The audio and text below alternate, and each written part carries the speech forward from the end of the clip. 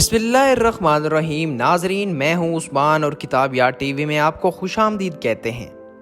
ناظرین، آج ہم ایک افسانہ لے کر لوٹ چکے ہیں جس کا عنوان ہے کفن دفن۔ یہ افسانہ احمد ندیم قاسمی نے لکھا ہے۔ ناظرین، احمد ندیم قاسمی اردو کے بڑے ناول نگاروں میں سے ایک ہیں۔ انہوں نے تاریخ کے اوپر بہت سی کتابیں لکھی ہیں جس میں اور تلوار ٹوٹ گئی، نیلا پتھر، چوپال اور کپاس کا پھول وغیرہ شامل ہے۔ اگر آپ کسی بھی لائبریری میں جا کر اردو ناولوں کا حصہ چھانیں گے تو اس کی فہرست میں احمد ندیم قاسمی کا نام ضرور شامل ہوگا۔ ان کی کتابیں کسی بھی لائبریری سے آسانی سے مل جاتی ہیں۔ ناظرین، تو چلیے بغیر وقت ضائع کیے ویڈیو کو شروع کرتے ہیں۔ برسوں سے میاں سیف الحق کا معمول تھا کہ وہ الصلاۃ خیر من النوم کی آواز پر جاگتے اور نیلا رومال کندھے پر رکھ کر مسجد کی راہ لے لیتے، اور ابھی صبح کی گلی پوری طرح چٹک نہ پاتی کہ صندل کی تسبیح پر استغفار کا ورد کرتے ہوئے گھر واپس آتے۔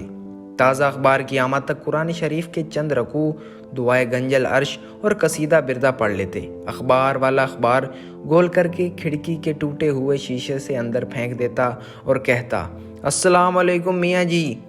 سینے کو چھو کے میاں سیف الحق آگے میاں پہلے کہتے اور وعلیکم السلام ورحمۃ اللہ بعد میں۔ پھر وہ اخبار اٹھا لیتے اور دن شروع ہو جاتا۔ میاں سیف الحق جب نوکری سے الگ ہوئے تو ڈپٹی کمشنر کے دفتر میں سپریڈنٹ تھے۔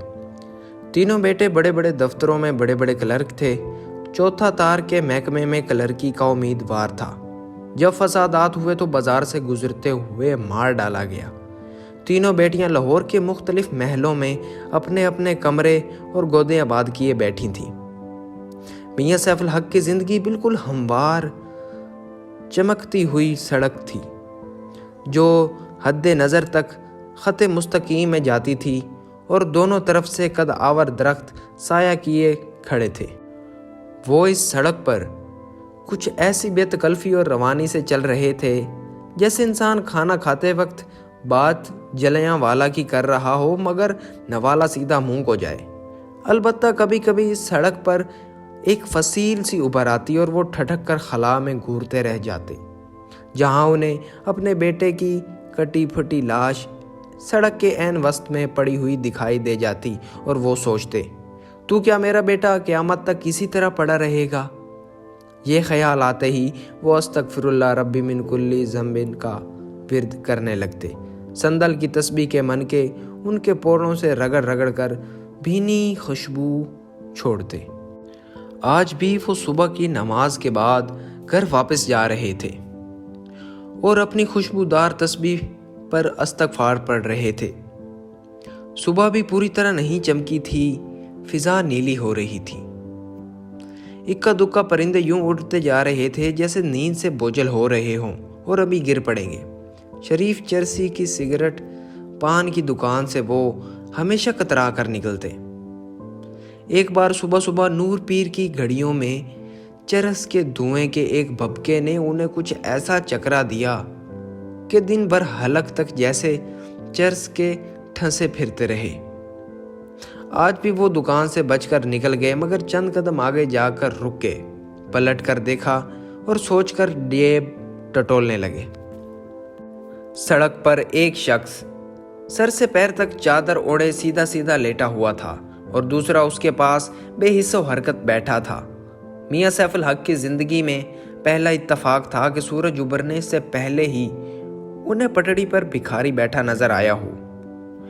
وہ چند آنے دن میں خیرات ضرور تقسیم کرتے تھے، لیکن ان کی ہمیشہ یہی تمنا رہی تھی کہ سورج نکلنے سے پہلے انہیں کوئی بھکاری ملتا، کیونکہ ان کے عقیدے کے مطابق یہی وہ وقت تھا جب خدا اور انسان کے درمیان فرشتوں کی فوجیں حائل نہیں ہوتی تھیں۔ انہوں نے جیب سے چوانی نکالی اور دور ہی سے بھکاری کی طرف پھینک دی۔ انہوں نے کتے کے سامنے ہڈی پھینکنے کے انداز میں خیرات آج تک نہیں دی تھی، لیکن شریف چرسی کی دکان قریب تھی اور اگرچہ وہ بند تھی مگر میاں سیف الحق کو ہمیشہ ایسے محسوس ہوتا تھا جیسے کباڑوں کی جھریوں میں سے چرس کا دھواں بار امڑ پڑ رہا ہو۔ میاں سیف الحق کی چوانی لیٹے ہوئے شخص کے پیٹ پر جا گری اور بیٹھا ہوا شخص یوں تڑپ کر اٹھا جیسے ابھی تک سو رہا ہو۔ میاں جی بھکاری کی اس باحواسی کو 16 پیسوں کی خطیر رقم کے جلال و جبروت پر محول کر کے خود اسودگی سے مسکرائے اور تسبیح کے من کے گراتے اور خوشبو اڑاتے ہوئے اپنی راہ جانے لگے۔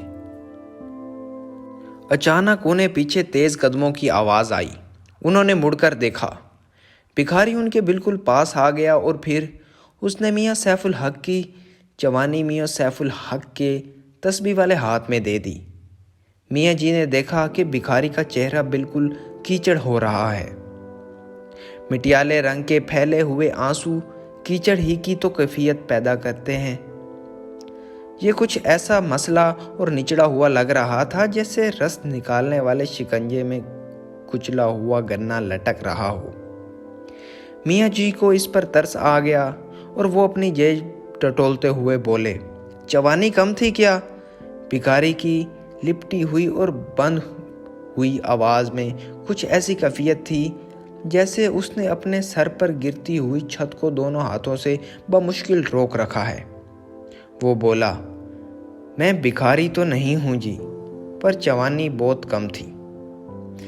مجھے 15-20 روپے اور چند آدمی بھی چاہیے۔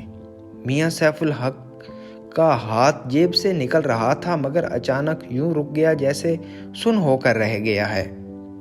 بھکاری نے بہت سی ہوا کو پانی کے ایک بڑے گھونٹ کی طرح نگل کر بولنے کی کوشش کی اور آنسو اس کے چہرے پر پھیلتے چلے گئے۔ اگر کفن 1 آنے میں مل جاتا تو میں آپ کو 3 آنے واپس کر دیتا، پر آج تو جی کپڑا بہت مہنگا ہو رہا ہے، میں ایک چوانی لے کر کیا کروں گا؟ میاں جی اسی طرح سن کھڑے رہے۔ یہ میری بیوی کی میت ہے، وہ بولا، وہ مر گئی ہے۔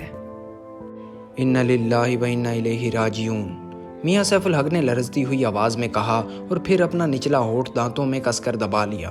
ان کے نتنے زور زور سے پھڑکے اور آن کی آن میں ان کی داڑھی کے بالوں نے ان کے بہت سے آنسو پرو لیے اور کچھ یوں فک ہو گئے جیسے انہیں بھی رس نکالنے والے شکنجے میں سے گزرنا پڑتا ہے۔ ناظرین، ویڈیو زیادہ لمبی ہونے کی وجہ سے یہ پارٹ یہیں پر ختم ہوتا ہے۔ جلدی لوٹیں گے پارٹ 2 کے ساتھ۔ شکریہ۔